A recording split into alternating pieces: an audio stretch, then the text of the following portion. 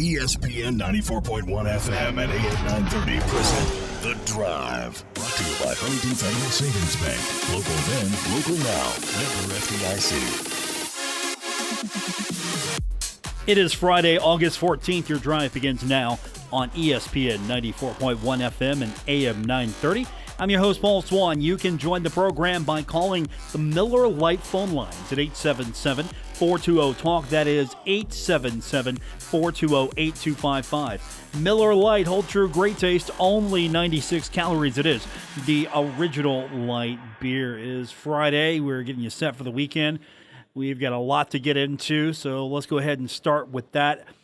Before we do begin, we do need to mention, and we got to start on a sad note. Alan Merrick, he is a freshman linebacker at UAB.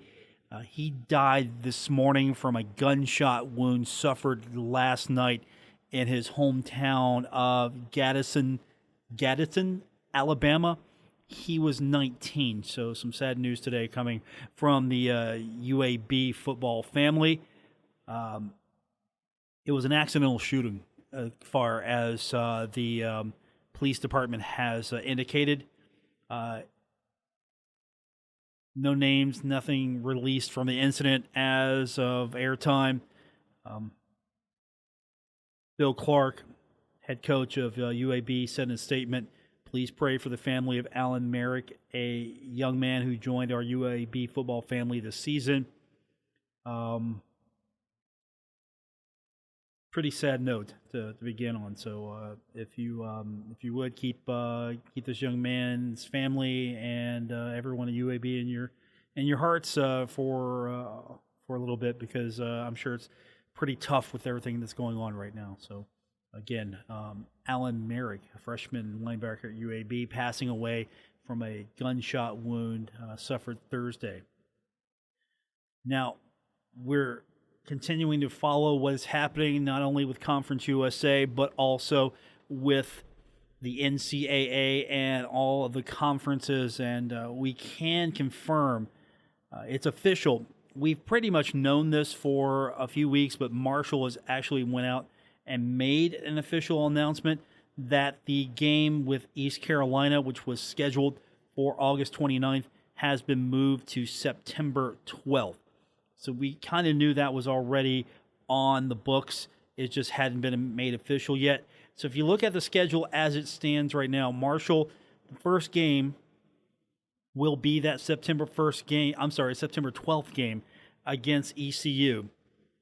First home game, unless something is added or announced here, Rice on October 3rd, then a home game with FAU on October 24th, Middle Tennessee, November 14th, Charlotte, November 21st. No announcement yet on which opponent would replace Old Dominion on the schedule. I'm speaking out loud because I'm thinking it's going to be Charlotte somewhere, but I'm trying to figure out what's going to have to happen, if there's going to have to be a change, trying to piece it together. Would it be Charlotte? I was thinking Charlotte or maybe Western Kentucky. Charlotte, it had to be probably played different time in the schedule just because of prior commitments. I don't think Conference USA is going to juggle and jumble up the schedule. Or maybe they do. I don't know. Maybe this schedule is not rock solid just at this moment. It's all we've got to go by, but maybe the schedule is just not rock solid. I'm hoping sometime next week. We've extended the invitation, and as soon as he's available, I hope to have Mike Hamrick, Marshall's athletic director, with us sometime next week. Again, I've extended the invitation, and he's going to get with me as soon as he can because, honestly, the man's working. He's got other obligations, conference calls, everything in between. He's working right now, so we're going to try to catch up with him when he can, but we will hopefully have some answers by that point. But the big news was the schedule adjustment, which we already knew. I had it on my schedule, my prompts. I've got 3 big holes in my schedule, 4 really if you count week 0, because I don't think there's going to be a week 0 game. I think what a lot of conferences are doing are pushing back their schedule as far as they possibly can to try to figure this out, whether any surges. I mean, FIU delayed the start of their intercollegiate competition through September 16th. So they're working with Conference USA there. They're trying to maybe slow it down, trying to figure out how they're going to be able to pull everything off. And, of course, if you follow Florida, Florida is a nasty place right now as far as being a hot spot. And Florida, their high school athletic board voted today to begin practices for football and other fall sports August 24th and games less than 2 weeks later. This is after getting advice from their medical experts. They have medical experts that said competition should not resume for at least 6 weeks because of the outbreak. And the vote was 11-5 to begin practices this month. Their executive director, the Florida High School Athletic Association's executive director, endorsing this plan. Sort of similar to what I'm seeing here in West Virginia. Now, other states are trying to make plans, limited schedules. Here in West Virginia, we have a color code now. And the metrics are, I think the metrics, to be quite honest with you, I'm going to have to study this further, but just by a cursory glance at it, and this is without a map or anything, I think we're just throwing numbers out there. We're just throwing numbers out there. We got a pretty color code. We're not counting everything. And if you watched the governor today, and bless your heart if you did watch the governor today and you're able to translate that, there is now this color-coded system to approve or halt in-person instruction and athletics for school systems. 4 phases: green, yellow, orange, and red, based on the percentage of cases in a county per 100,000 people. No map yet. Logan County, though, would be in the red category at this time. Grant and Mingo counties would be listed in the orange category, which would mean practices only, no competition. You got practices beginning here August 17th.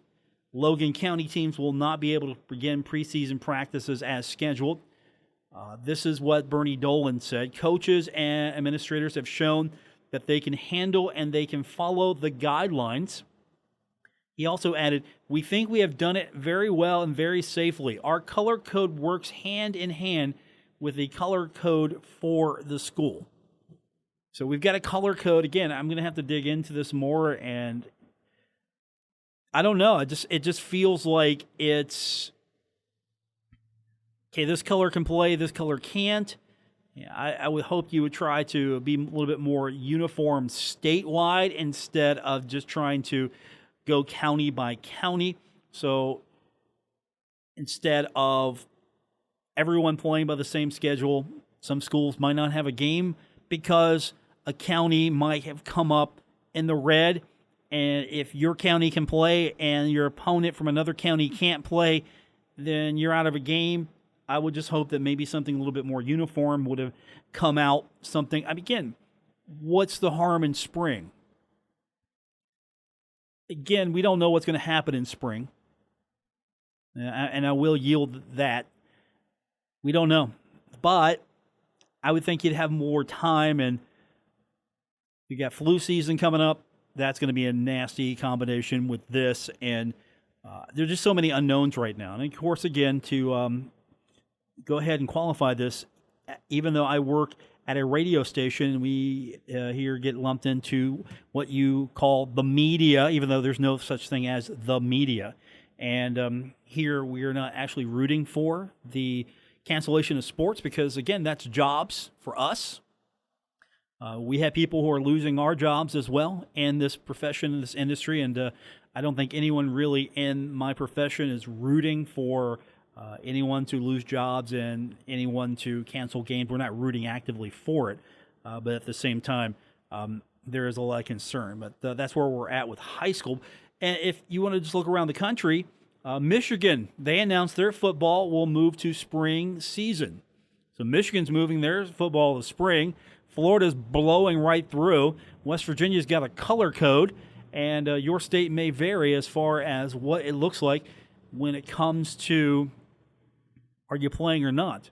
And, of course, then you have teachers, West Virginia, looking for remote distance learning to start the season off here because there are so many questions here. And a lot of the questions are, honestly, testing, sanitation, because you're going to have to constantly keep up on that. I mean, you can't just depend on masks alone. Again, masks are for mitigation. If we all had masks, it would seriously knock down the exposure in concert with other proven practices. Washing your hands, sanitation, disinfection, social distancing. All of these play a part. And you're not just, if you're younger, and I get this, well, let them play. I get that. They're young. Yeah, okay, maybe they're not going to die. 99% of them aren't going to die. Okay, yeah, 1%, sure, that might be acceptable in your mind. But at the same time, you also have the opportunity for students to be asymptomatic, be carriers, and when you have one positive, that means there are more than one possibly exposed person. So there are so many questions and so many things that we're still trying to figure out and trying to manage all of this. That's where we're at right now. And then you've got the NCAA. The NCAA with, honestly, it's like, hello, here we are. We've got an announcement. We're going to show up. We can't control football, though. We can control everything else. We can't control football, and we'll talk about that when we continue. Also, I want to get your phone calls in, 877-420-TALK, 877-420-8255. Today is a great day for you to join the program. We're here until 6 o'clock. Thanks for listening. Paul Swann, your host. It's The Drive on ESPN 94.1 FM and AM 930. You're listening to The Drive with Paul Swann on ESPN 94.1 FM and AM 930. Welcome back to the Friday, August 14th edition. The Drive continues on ESPN 94.1 FM and AM 930. We're presented by Huntington Federal Savings Bank. Thanks for tuning in to today's edition. And don't forget, if you missed any part of today's program or you ever want to go back and listen to a previous episode, all you have to do is subscribe. Apple Podcast, a great place to start. If that's where you get your podcast, that's where we're at. Also, we're on Spotify. Also, you can find us on Stitcher Radio. Wherever you get your podcast is where you're going to find The Drive with Paul Swann. So we were talking about the NCAA. I mean, basically, Mark Emmert just comes out and just says, look, I got no authority over them. I got nothing. I can't do anything with them.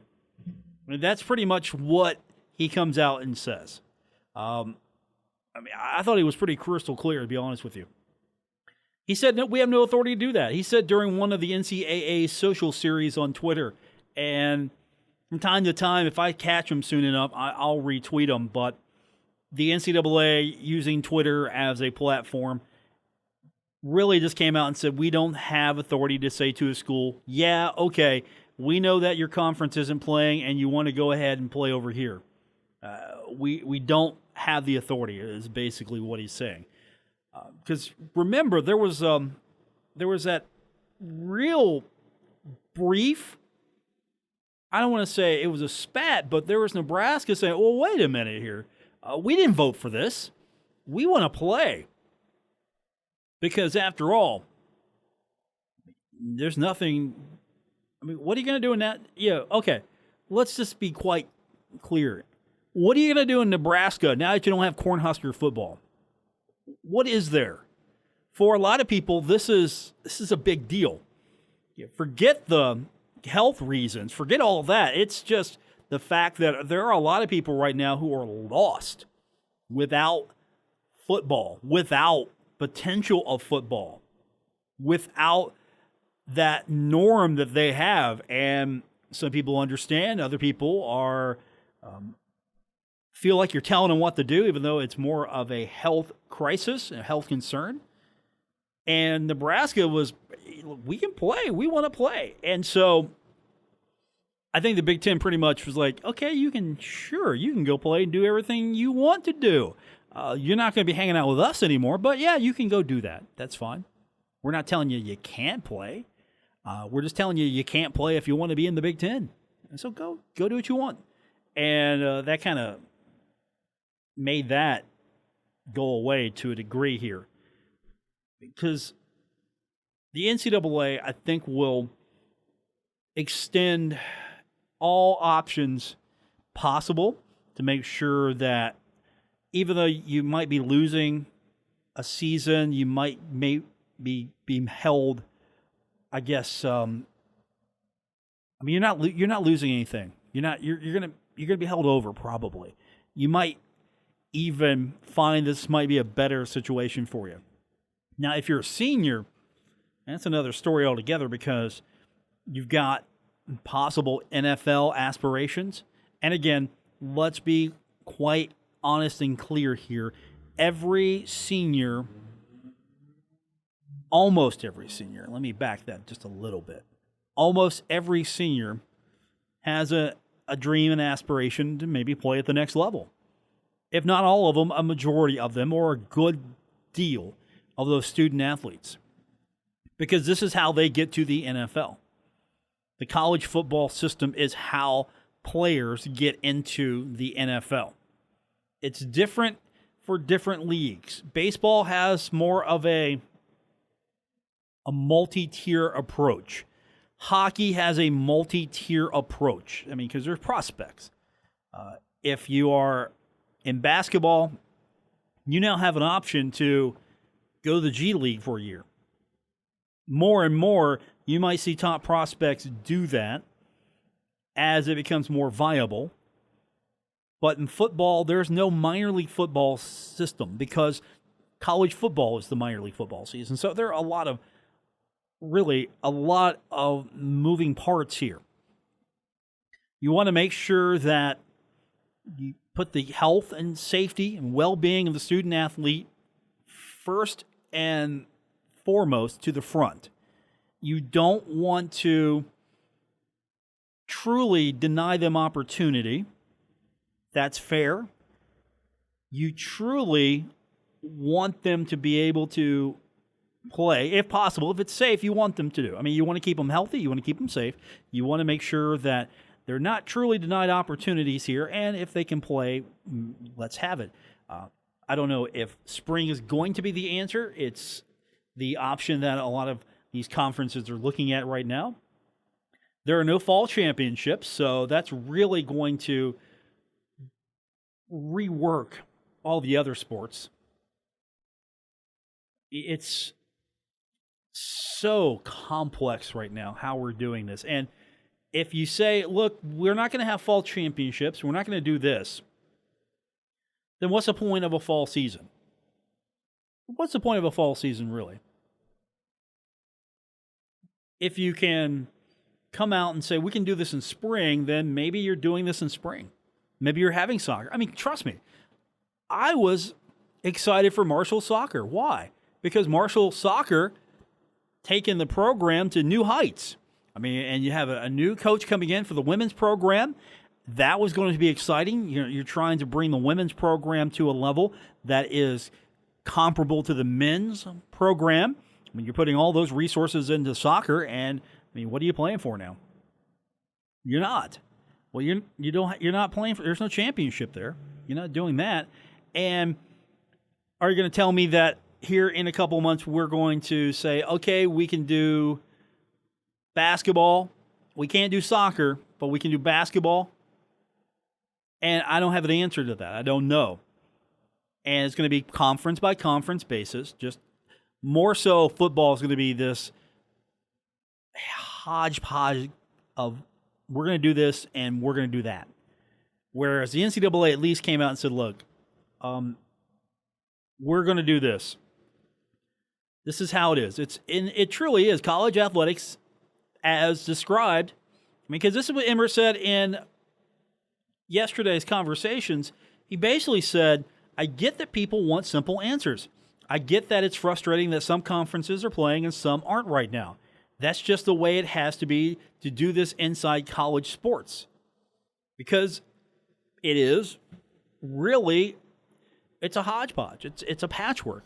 That's a good word. It is a patchwork. I mean, it's all over the place right now. And I would hope one day college athletics would be more uniform, because I think that would be better for the student athletes, and I eventually see the student athletes having a greater voice. They will eventually have greater power and greater authority, greater direction in how things are going. They will have more say. Now, will that be detrimental to smaller schools? Possibly. And again, part of this is student athletes are the product, and not all, but college athletics and college football programs especially making a lot of money off these kids. So it's great to see that these kids are truly starting to have a voice, because again, it's so wild west right now. I mean, for example, Charleston Southern, they're suspending the 2020 football season.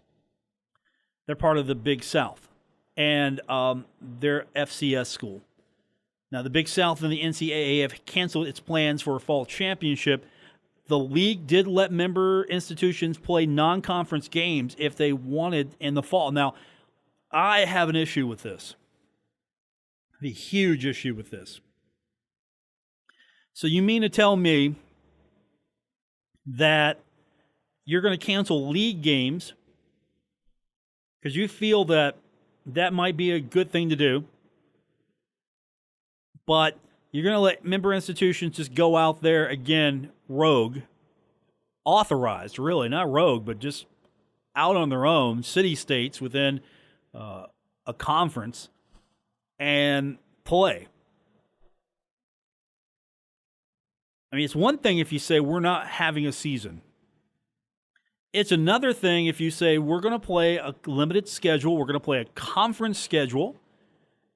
I mean, it's still another thing if you go, we're going to play a conference schedule, we're going to have a +1 option, which will allow our conference members to play host to one school, non-conference, with the stipulation that game must be in the host institution's state. Well, it would be the host institution. It must be in the state of the conference institution. But you say, we're not going to have conference, but you can go out and play anything you want. That one, yeah, same thing with Southern Conference.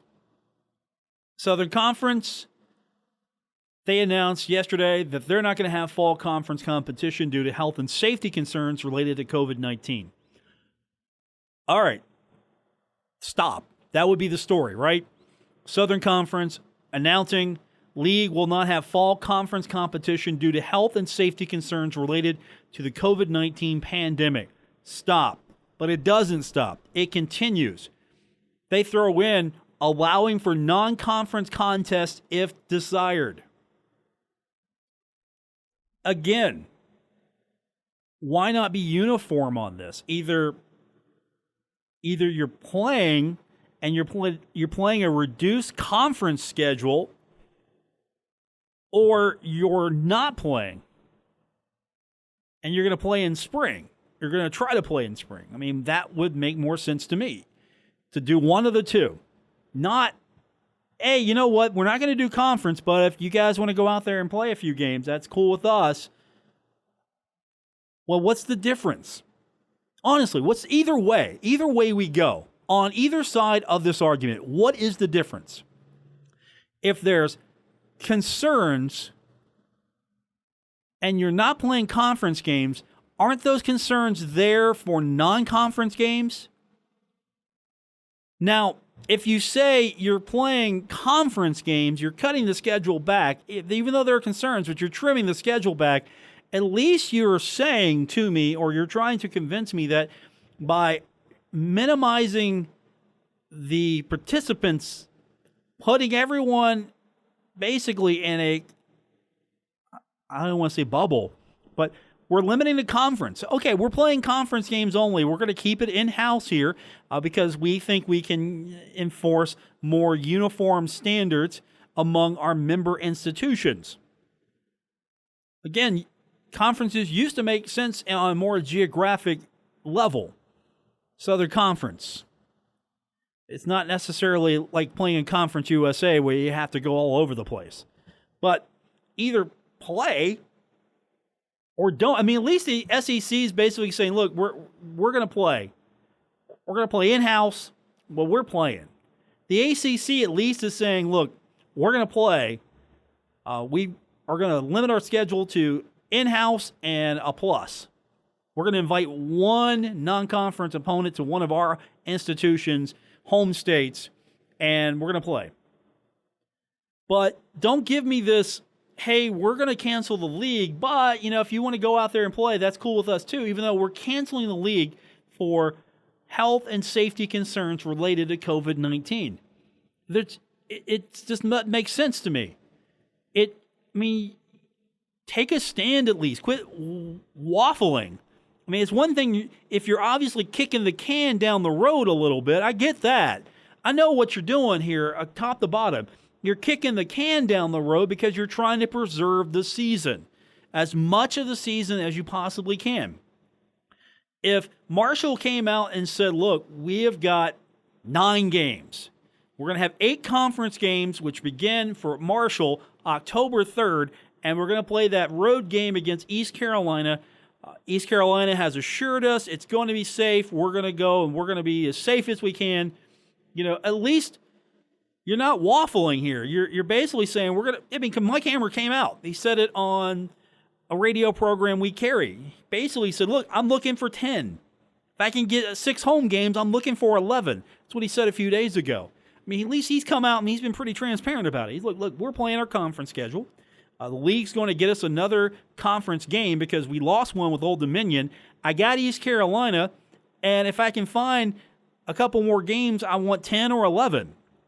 Now, is he going to get 10 or 11? I don't know. He can tell us that hopefully next week. And there's none of this, okay, we're not playing Conference USA games, but hey, you guys want to go out and play a few games, that's cool.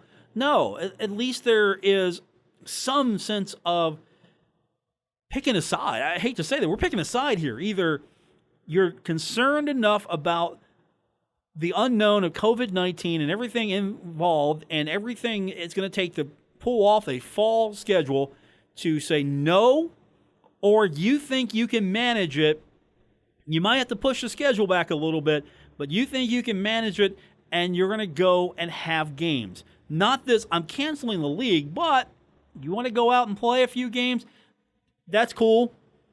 Well, why do you cancel if you think that these member institutions can go out and do this on their own and you think it's going to be good? Why isn't that good enough for your conference? You see what I'm saying? It just doesn't make sense. And that's the Southern Conference. I questioned that yesterday. Again, conferences are making, decisions here. I mean, FIU, as I mentioned to you, delayed the start of competition through September 16th. So they're basically pushing it back a little bit. They want to get a better handle, and that's fine. I mean, Marshall came out and said, look, other than ECU, again, we're going to start our conference schedule. We're not going to have any other games. We're going to have conference and ECU. That's it. We're going to do 8+1. We're going to do 8+1. Okay. At least you're a little clear here because, again, either you're playing or you're not.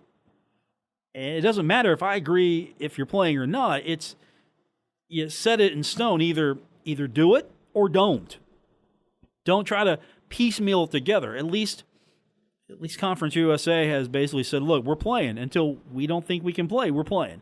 SEC, we're playing until we don't think we can play. ACC, we're playing until we don't think we can play. Big 12, I forget about them sometimes. They're playing. They think they can play. They're playing. 877-420-TALK, 877-420-8255. More coming up. It's The Drive, ESPN 94.1 FM and AM 930. Now, back to The Drive with Paul Swann on ESPN 94.1 FM and AM 930. We're presented by Huntington Federal Savings Bank. Welcome back to today's edition of The Drive here on ESPN 94.1 FM and AM 930. So the color coded map is out, and this is what's going to determine if you can play high school football or high school sports in the state of West Virginia.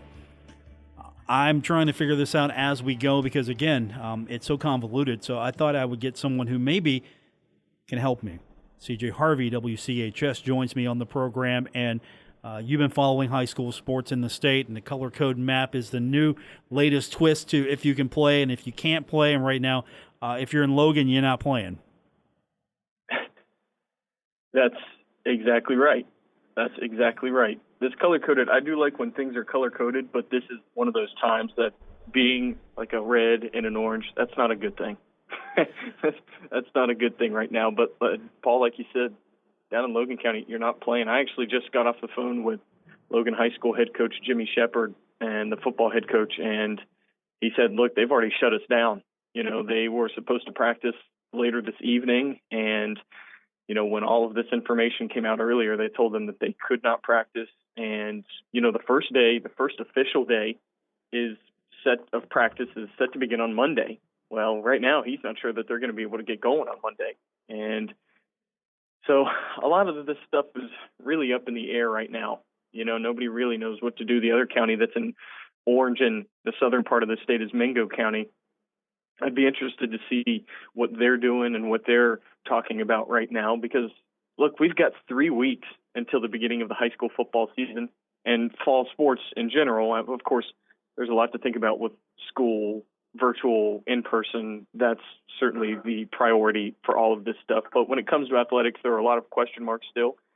And this has answered some, but it's certainly brought a lot of other question marks as well. So hopefully things can get settled here and maybe we can start figuring out, okay, this is, you know, what's going to happen and get a better understanding of who can play and when they can play. And I don't know. You just hope that some of this stuff kind of clears itself up. But certainly it doesn't look like this virus is going away anytime soon. It's something we've all been dealing with, certainly will continue to deal with. And fall sports, certainly no different. Also dealing with that. High school coaches, administrators, principals everywhere around the state of West Virginia right now trying to figure out what they can do to make sure they can play and let their kids play moving forward. Looking at the map right now, trying to just break it all down. And if you're in red, you can. If you're in orange, you're pretty much in the danger zone as well. But if you're in green, you're good. And right now, a good portion of the state's in green. If you're in yellow, though, you're starting to borderline. And it's interesting how they're coding these maps because if I understand this correctly, correct me if I'm wrong, please. If there is an outbreak in a nursing home and other facilities like that, it doesn't necessarily count as multiple. It's just one. And so you could have a hotspot, but they could be coded differently because it's not being counted as multiple outbreaks, just one because it's in a nursing home facility or in a prison facility. Yeah, there are some caveats to this situation, like you said, talking about outbreaks in specific areas of society, prisons, nursing homes, and whatnot, and like even staff members. If at a prison, if 12 staff members test positive, well, they're only taking 50% of that. They're only incorporating 50% of those 12 staff members because it was a collective, you know, group that got sick at one area. So they're only counting 6 if 12 people, you know, test positive, and that's not even including the inmates, you know, who are the prisoners who probably are sick as well. So there are a lot of little details that everybody, you know, this information was just thrown out there, and it's almost like, you know, it's like trying to read, you know, a book in a day and decipher all of the information and try and explain it to everybody because everybody wants to know this information right now. You know, what do we need to know about school? What do we need to know about sports? And so it's a lot of information. I would say everybody is digesting this at the same time. It's going to take a day to really figure everything out and try and answer some of the big questions. But yeah, there are a lot of details to this that we're still trying to figure out. And I generally, when I have questions like that, I generally defer to Kenny Bass. Kenny Bass has been the go-to guy for some of these things, and no doubt he is on top of this. And we were just talking about, just how difficult this has been to, day by day, things just change so rapidly and new information comes out. We saw the Mountain East Conference information the other day, and not to mention earlier this week, the Big Ten and the Pac-12 canceled. And then it's like, my gosh, it's only been a week. And so much has happened. And here we are on this Friday, talk about getting ready for the weekend. Everybody in our newsroom thought this was going to be a good day to just, do your job and get ready for the weekend. And then, of course, this drops, and this has become the discussion point and will continue to be the biggest discussion point over the next couple of weeks. But like you said, green, you're good to play. Yellow, you can play. Green and yellow, you can play. Orange, you cannot play, but you can practice. Red, stay at home until they tell you to come back. That's pretty much the breakdown right now. And like you said, the only red county, a new map the DHHR just posted, the only red county right now in the state of West Virginia is it's Logan County. So they are trying to figure out what to do down there, I'm sure, but certainly some confusing little details into all of this. But Paul, we're all trying to figure it out at the same time here. So, I'm not calling Kenny, right? I'm calling you. We could get Kenny here. We'll conference him in. No, he's got a ton of other things, I'm sure, going on. I'm not calling Kenny because it'd be like, hello, hi, it's I'm busy. Click. No, Kenny's got a heart of gold. Kenny's got a heart of gold. So, but no, he has been on top of this, and so when I need some kind of explanation, I'm like, all right, Kenny, dumb it down for me. He's the go-to guy. But so that's where, like you said, I mean, there are a lot of intricate, pieces to this.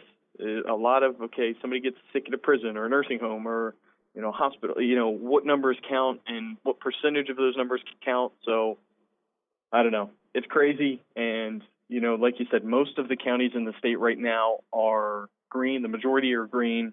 Overwhelming majority are green and yellow. So if high school football started tomorrow, they'd be playing most of these counties. But here we are 3 weeks out, 20 days until September 3rd.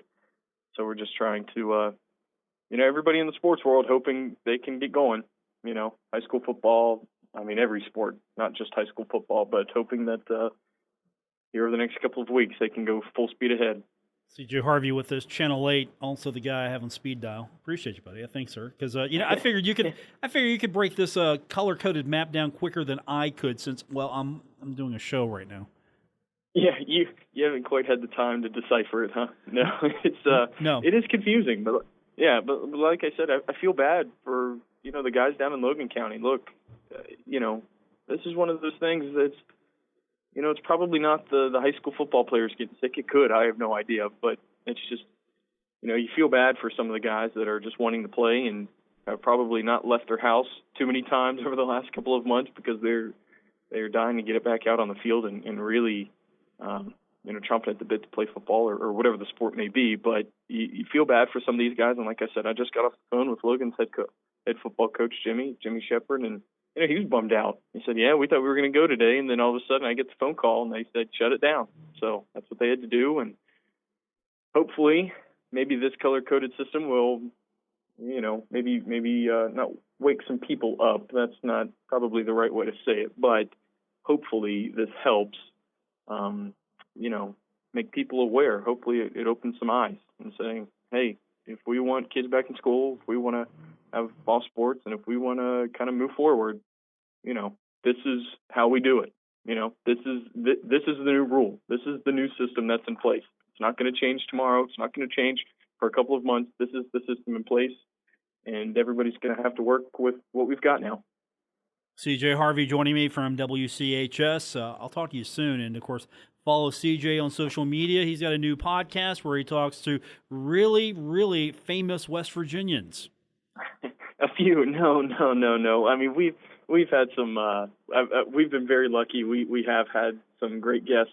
The podcast is the Mountaineer Media Podcast. You can find it on most major platforms: Spotify, Apple Music. We're on LinkedIn, Facebook, Twitter, Instagram, and stop by. But like you said, we have had some good guests. We did, not to just name drop here, we did have Joe Manchin on earlier,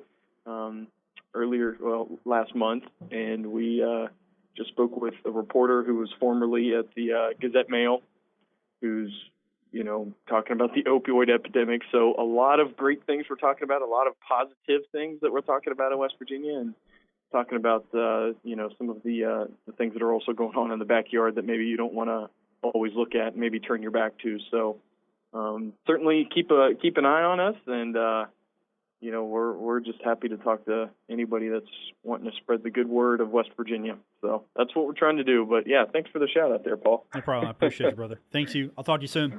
Yeah, no problem. See you, buddy. So Joe Harvey, WCHS, appreciate him. Quick timeout. We come back, we wrap it up. Buckle up. Paul Swann has the wheel on The Drive. ESPN 94.1 FM and AM 930.